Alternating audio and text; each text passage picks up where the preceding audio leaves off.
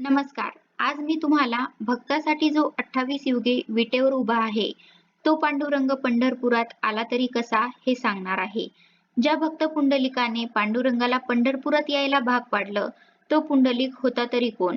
28 युगे पंढरपुरामध्ये विटेवर उभा असणारा पंढरीचा पांडुरंग, ज्याच्या वामांगी रखुमाई आहे, जो रखुमाई आणि राहीचा वल्लभ आहे, असा विठ्ठल म्हणजे महाराष्ट्राचं दैवत. हा पांडुरंग म्हणजे द्वारकेचा श्रीकृष्ण.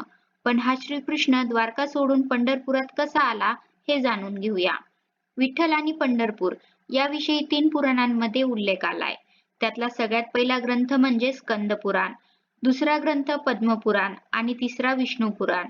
या पुराणांमध्ये पांडुरंगाविषयी वर्णन आलंय. पांडुरंग महात्म्य आलंय. पौराणिक कथेनुसार एक दिवशी द्वारकाधीश श्रीकृष्ण एकटे बसलेले असताना त्यांना वृंदावनातील दिवसांची आठवण झाली. त्यांना गोप, गोपिका आणि राधाराणी आठवली आणि भगवंताच्या स्मरणाद्वारे राधाराणी स्वतः तिथे प्रकटही झाली. भगवान श्रीकृष्णांनी राधाराणीला स्वतःजवळ बसवलं.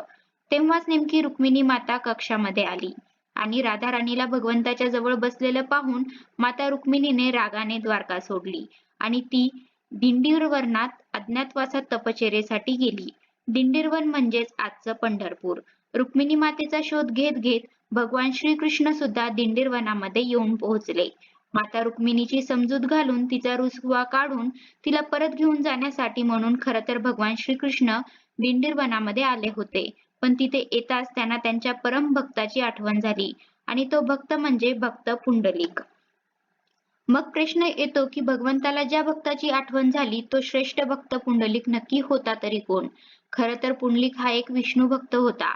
तो त्याची पत्नी आणि आई वडील सत्यवती आणि जानुदेव यांच्याबरोबर दिंडीरवन नावाच्या जंगलात राहत होता. पुंडलिक सद्गुणी पुत्र होता, पण लग्नानंतर मात्र तो त्याच्या आई वडिलांना वाईट वागणूक देऊ लागला. पुंडलिकाच्या त्रासाला कंटाळून आई वडील काशीला जाण्यासाठी निघाले. हे जेव्हा त्यांच्या पत्नीला समजले तेव्हा तीही तिकडे जाण्यास निघाली. ती पती समवेत घोड्यावर आई वडील ज्या समूहाबरोबर जात होते तिथे पोहोचली. वाटेत त्यांना एक आश्रम लागला, जो आश्रम कुकुट स्वामीचा होता. तिथे त्या सर्वांनी 1-2 दिवस थांबण्याचा निर्णय घेतला. त्या रात्री सगळे झोपले, पण पुंडलिकाला झोप लागेना. पहाटे त्याला अस्वच्छ वस्त्रातील काही तरुणीच्या आश्रमात येताना दिसल्या. त्या आश्रमात आल्यावर त्यांनी आश्रम स्वच्छ केला. मुनींचे कपडे धुतले, सगळीकडे साफसफाई आणि स्वच्छता करून मग त्या आश्रमातून बाहेर पडत होत्या. पण त्या आश्रमातनं जेव्हा बाहेर पडत होत्या तेव्हा मात्र त्या आत गेल्या होत्या तशा मळक्या वस्त्रात नव्हत्या. त्या बाहेर येताना पवित्र, स्वच्छ आणि सुंदर स्त्रिया बनून बाहेर येत होत्या. हे पाहून पुंडलिकाला आश्चर्य वाटलं.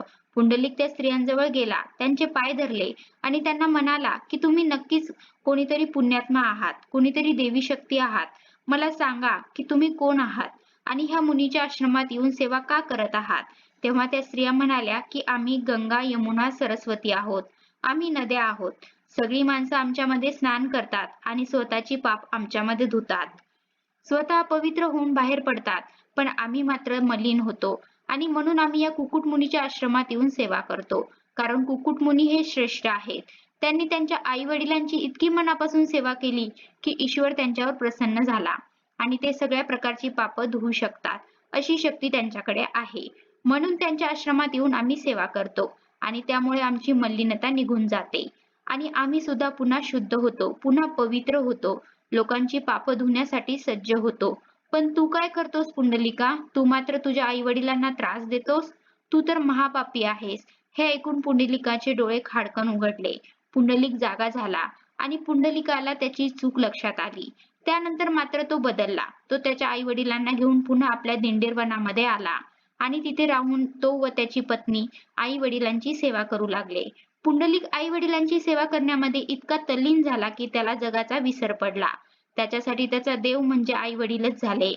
आणि मग अशातच जेव्हा माता रुक्मिणीचा शोध घेत घेत भगवान श्रीकृष्ण दिंडीरवनामध्ये म्हणजेच आजच्या पंढरपुरामध्ये आले, तेव्हा तिथे आल्या आल्या त्यांना त्यांच्या भक्ताची पुंडलिकाची आठवण झाली, जो आई वडिलांची मनापासून सेवा करतोय.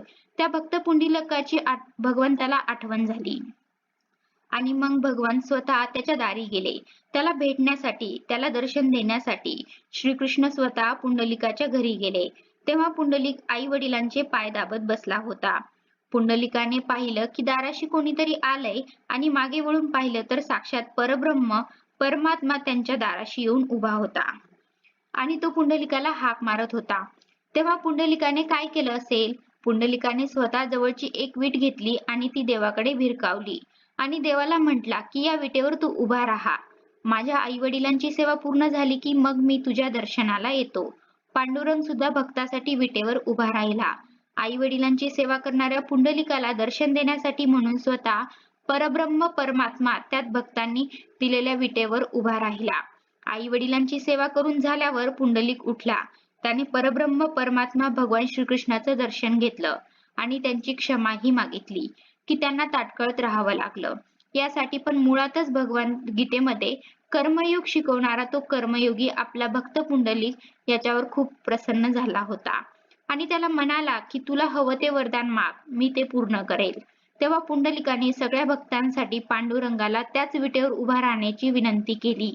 पंढरपुरामध्ये पांडुरंगाने कायम राहावं ही विनंती पुंडलिकाने विठ्ठलाकडे केली आणि मग तो द्वारकेचा राणा पुंडलिकासाठी विठेवरती उभा राहिला. पांडुरंग बनून विठ्ठल बनून आई वडिलांच्या सेवा करणाऱ्यांची वाट परब्रह्म परमात्मा स्वतः बघतो हेच पटवून देणारी ही कथा आहे. आणि तो पांडुरंग तो परब्रह्म परमात्मा भक्तासाठी काय काय करू शकतो हे सुद्धा या कथेतून आपल्याला समजतं. तर अशा प्रकारे आपल्या प्रिय भक्तांसाठी द्वारकेचा राणा द्वारकेचा श्रीकृष्ण पांडुरंग बनून विठ्ठल बनून पंढरपुरामध्ये आला. धन्यवाद.